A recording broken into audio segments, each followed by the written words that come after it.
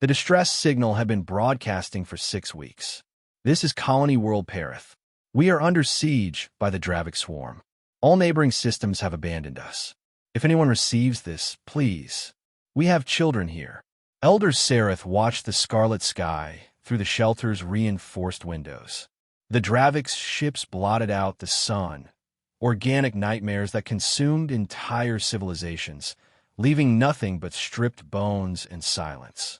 No one's coming, her daughter whispered, clutching her youngling close. The council voted. We're too far from their core worlds. Not worth the losses. Sereth closed her eyes. The Galactic Council had sacrificed Perith to save themselves time. 40,000 colonists. Expendable. The Draviks had already breached the outer settlements. They had perhaps 3 days left. Then the long-range sensor screamed. Unknown vessels emerging from hyperspace, the defense coordinator shouted. Multiple contacts. Dozens, no, hundreds. Sereth's heart sank. More Draviks. Of course. They always came in waves. Wait, the coordinator's voice cracked. Those aren't Dravik signatures. They're military vessels. Configuration unknown. Broadcasting on emergency frequencies. The voice that filled every speaker on Perith spoke broken Galactic Common with a strange accent. Perith Colony, this is Captain Rivera of the UESS Indomitable. We receive your distress call.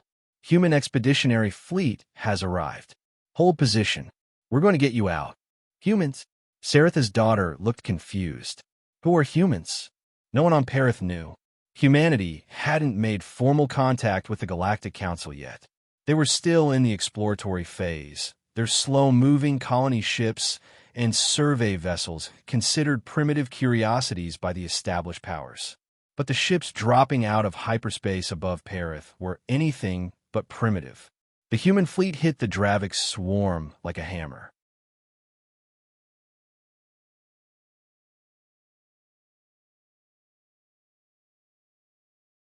Kinetic weapons, crude by galactic standards but devastating in quantity, punched through Dravik's bio ships.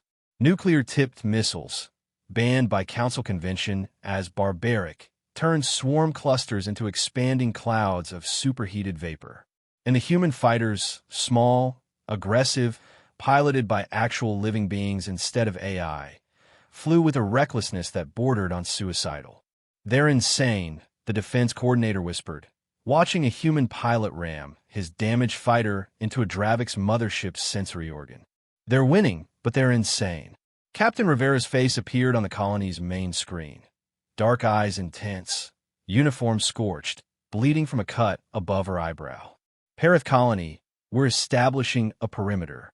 Begin evacuation to the marked landing zones. We have transport capacity for everyone. Leave nothing behind except memories. We'll cover you. Why? Sereth asked into her communicator. Why would you risk your fleet for strangers? Rivera's smile was tired but genuine. Because you called for help. Because you have children. Because someone should come. That's enough. The evacuation took 18 hours. The human fleet held the line, losing 12 ships and over 3,000 personnel. They never wavered.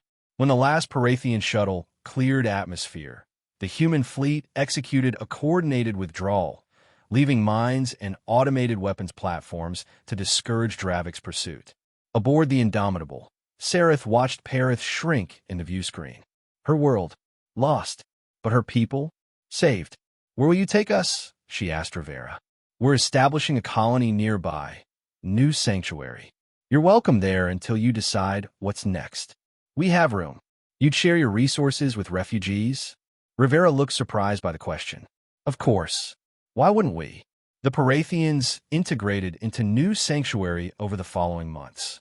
They share their story with every species they encountered. And